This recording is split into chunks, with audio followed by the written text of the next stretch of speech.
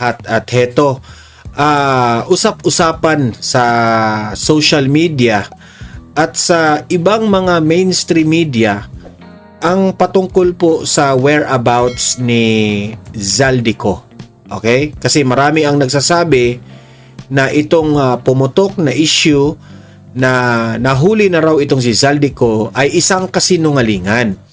Marami ring nagsasabi na bakit hanggang ngayon mahigit lampas na 24 hours at wala pa rin tayong napakinggan na update patungkol kay Zaldico. Nakakatakot yan kasi nag-aabang yung taong bayan, sabi ng taong bayan, baka nagurgur na itong si Zaldico ngayon. Baka nagurgur kasi actually, delikado talaga yung buhay ni Zaldico. Ngayon, nandoon sa, sabi nila, mismo ang Pangulong Bongbong Marcos ang nagsabi na nahuli na doon sa Czech Republic, sa Prague. Hanggang ngayon, wala man tayong nabalitaan patungkol sa kanya. So mamaya, ipapakita ko ito kasi panghuling video ko ito ipapakita itong patungkol dito sa ni Representative Garbin. Wala talaga tayong impormasyon sa sitwasyon ni Zaldico. Yan ang sabi niya sa isang interview niya kay Ted Filon. So pakinggan natin, i-analyze natin anong nangyari kay Zaldico. Okay? Kasi po marami, mismo sila ang nagsasabi, takot yung si Bongbong Marcos. Takot siya na mapauwi dito si Zaldico. Because Zaldico, sabi nila, at naniniwala rin ako, Zaldico has all the evidence.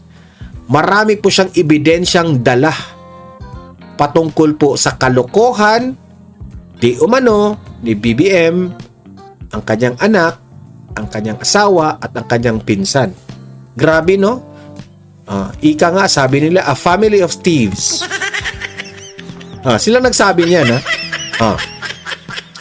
So sana naman, no, kung Zaldico, kung narinig mo ito, kung sa mga sa mga pamilya ni Zaldico, if you happen to drop by this video, kung nakikinig kayo, kung nanonood kayo sa vlog dito, ako na mismo ang magsabi sa inyo, gumawa kayo ng paraan na buhay ka na makarating sa Pilipinas. Gumawa ka ng paraan. Kasi Zaldico is the only siya yung susi, okay, sa problema ng flood control anomaly. Kasi po, sayang din naman yung 1 trilyon na ninakaw nila. Sana naman maisauli yun, di ba? Sabi nila, sabi ni Isko Moreno, isa pa yan, si issue ni Isko Moreno, kasi nagalit yung taong bayan kay Isko Moreno kasi sabi ni Isko Moreno, inosente pa raw si BBM kasi walang ebidensya. Yan ang sabi ni Isko. Irespeto natin yan. Pero ang daming galit ni Mayor Isko. Di ba? Yan ang ating alamin dito sa vlog na ito. Kaya tumutok tayo, i-like at saka i-share muna para marami ang makapanood, marami ang mga kaibigan natin, pamilya natin maka-react na ganito na po ang nangyayari sa ating bansa. At sa mga hindi pa nakasubscribe, subscribe na po kayo kasi kapag nakasubscribe kayo ay updated kayo lagi dito, no? Libre lang yan, walang bayad yan. Ngayon, nililihis nilang issue na ito. Grabe, crisis sa bansa na yung ibang bansa ay okay na yung kanilang presyo ng gasolina. Tayo na lang ang mataas pa rin ang presyo ng gasolina. Medyo bumaba, okay. Na-appreciate namin yung konting bumaba, pero sana naman yung baba talaga. Di ba, deserve natin makakuha ng murang bilihin Murang mga gasolina. Wala, pero ang gobyernong ito walang ginagawa. Ngayon, pilit nilang nililihis ang issue dito kay VP Sara. Nakakatawa kasi ang pinag-usapan dito 125 million raw yung ninakaw ni VP Sara. Dito sila nakatutok, dito sila nakatuon ng pansin sa 125 million na ninakaw ni VP Sara. Given na totoo yan. Okay? Given na totoo yan for the sake of argument. Kasi sila na rin naman ang namimintang kay VP Sara. Kung paano ninyo siniseryoso si VP Sara, yung 125 million na yan, how about this 1 trillion na ninakaw ng flood control? Pababayaan lang ba natin yan? Ngayon, si Zaldico, nahuli na si Zaldico, tapos ngayon wala kaming maririnig kay Zaldico kung humihinga pa ba yan? Nakakagalit. Okay? Tapos pinagbibintangan pa nila si VP Sara na, si VP Sara, guilty yan, guilty. Si VP Sara kasi ayaw niyang humarap sa ayaw niyang humarap sa kamera. Si VP Sara pa ang may kasalanan ngayon. Mga gago ka talaga kayo. Buti na lang nakita ko itong video na ito at maraming salamat itong si Attorney Topacio. Ipinagtanggol si VP Sara. Pakinggan ninyo kung ano sinabi ni Attorney Topacio. I will throw the question back to those in the house saying na bakit siya ayaw humarap. Luistro, bakit yung asawa mo nung na-accuse ng rape, di mo pinaharap, tinago mo, inamin mo di ba? Number 1. Number 2, Dilima, nung ikaw ay iniimbestigahan ng House Committee doon sa so-called believed drug trade, di ka rin humarap. We respected that. Kami ang complainants doon. Bakit ngayon you turn around and say, dapat it should be taken against the Vice President? Hindi humaharap si VP dahil nakita na niya doon sa Quadcom that she is just legitimizing the proceedings. Number 2, she now has a pending petition before the Supreme Court questioning the very proceedings na sinasabing ayaw niyang humarap. By going there, it may be interpreted as tantamount to a waiver of her causes of action before the Supreme Court. So, that is the short answer. Very logical, is well within her rights, there is a pending case at ayaw niyang paggamit sa mga, ito na rin na nagsabi ng term, ayaw magpagamit sa mga clowns, di ba? Sabi nga nila, di ba? When a clown becomes president, the clown does not become presidential. The palace becomes a circus. Di ba? So, ganito ito. Mahilig silang,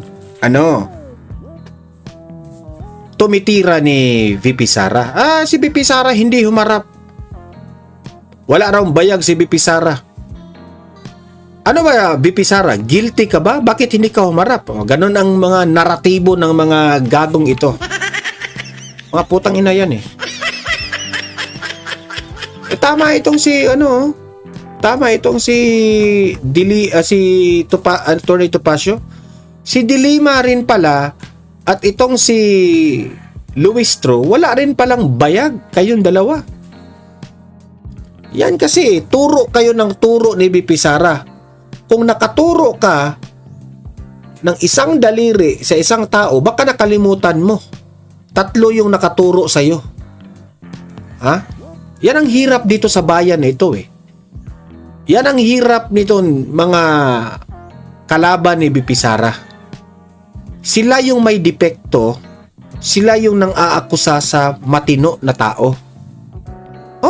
Yan ang katotohanan. Sila yung nang laging nang aakusa eh. Wala talagang mga mudo ito, mga taong ito. Ngayon, eto pa. Kahit alam nila na itong si Madriaga is a polluted source. Mismo ang sarili nilang kasamahan sa kamara na ang nagsabi dyan.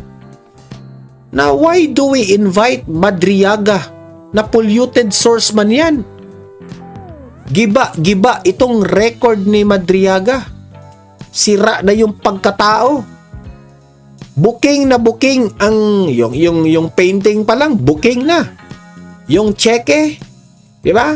Na sinabi niya na binigyan siya ng cheque ni binigyan siya ng pera ni Duterte. Booking siya sa kanyang kasinungalingan. At heto pa, merong pangatlo. Okay? Na inconsistencies ni Madriaga na nagpapatunay na si Madriaga ay walang bayag, si Madriaga ay sinungaling at ginamit lang bilang puppet. Ginamit siya dito sa mga kalaban ni BP Sara. Ito yung nagpapatunay ha. Si Cardema na ang mismong nagsabi nito, itong leader ng Duterte Youth Party List. Pakinggan nyo ito. Tamang-tama itong sinabi at analysis ni Cardema. Panoorin natin. Wait muna. Tangina mo, Madriaga, pag talaga nagpalit ng administrasyon ko. Dr. So, binasa namin yung statement niya, yung affidavit. Diba? I am Ramil Madriaga. I took up the College of Law from 91 to 95 at San Sebastian. Doon pa lang, I took up the College of Law. Sabi ko, ano to? I graduated but did not pass the bar. I work in NSC, National Security Council, and ISAF from 2001 to 2015. Doon pa lang ma-realize nyo kung taga-military kayo o familiar kayo sa military at police. Paano nangyari na nagtatrabaho ko sa National Security Council tapos nagtatrabaho ko pa sa Intelligence Service Armed Forces of the Philippines? Ibig sabihin ni Cardema dito, hindi pwedeng sabay-sabayin yan. Okay? Ano ka, Superman? Ano ka, powerful? Kaya nga, itong mga affidavit ni Madriaga ay super nakakatawa. Clown nga eh. Hindi ka nga parte ng AFP eh. Wala siyang ranggo sa armed forces kahit private o corporal. Wala siyang ranggo sa PNP kahit patrolman. Hindi siya parte ng mga tropa ng gobyerno. Pero sinasabi niya na Kahit tagadala na lang ng tubig, hindi talaga siya party raw. trabaho siya sa Armed Forces of the Philippines at sa NSC. Pangalawa, Kahit tigmasahe siya ng mga sundalo, wala raw. I worked in the NSC NBI from 2018 to 2020. Nasa kanya ng lahat. AFP, NBI, Marines, lahat na siguro ng kind of authorities. Baka presidente siya noon. Kulang na lang sasabihin niya, presidente siya noon. Paano nangyari nagtatrabaho ka sa National Security Council tapos nagtatrabaho ka rin sa NBI under ng DOJ doon sa 2 taon na yun? Anybody na familiar sa government service, Gets niyo ang point? Hindi yan pwedeng pagsabayin. alam nyo na agad sinungaling eh.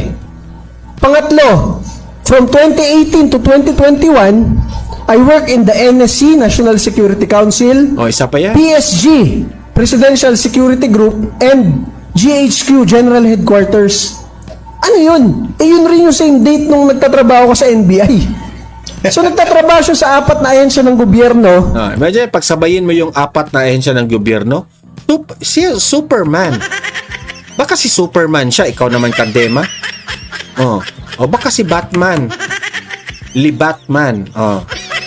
Batman siya kasi naka-glasses di ba? Batman, magaling umiyak. Imposible yun. When you work in the PSG, separate unit ka na ng armed forces.